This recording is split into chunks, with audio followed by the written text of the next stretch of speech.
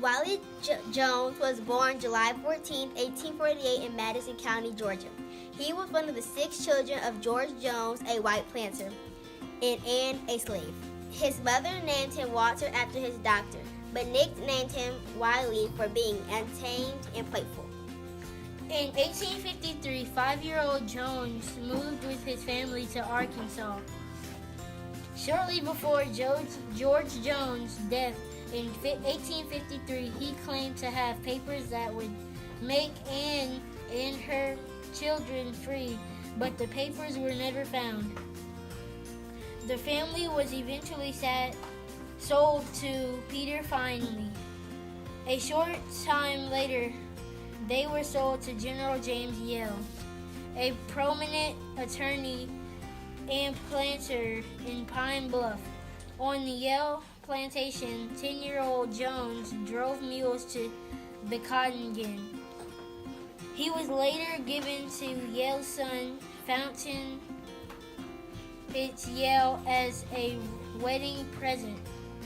F. Fitz-Yale enlisted in Confederate Army in 1861 and was promoted as a colonel.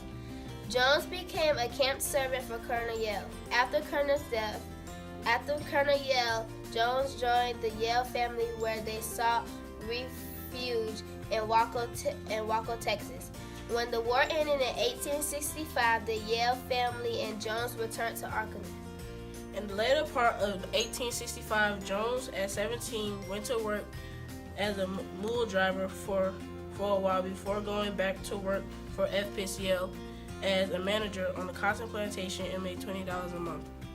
In 1868, Jones moved back to Pine Bluff after the crops were sold. He was hired to work at a local salon for 1 year.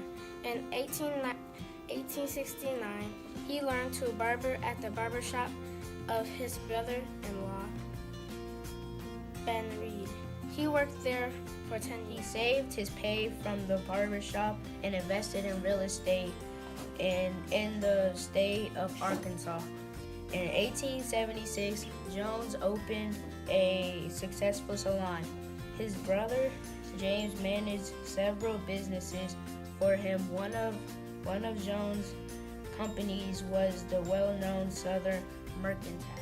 In August 1886, Jones became one of the first African American in the nations to receive a franchise to operate a mule-drawn streetcar system, which he established in Pine Bluff. It was named Wiley Jones Streetcar Lines. This later became the electric railway which the city bought, now known as Pine Bluff Transit, which is still owned by the city of Pine Bluff. Walter Wiley Jones died on December 7, 1904 from a heart attack and Bright's disease in his home. He was the richest black person in the state at the time of his death, with an estate worth of $300,000. He also owned 24 racehorses and stallions. He was buried in a burglar-proof casket in his own cemetery, now known as Miller Cemetery.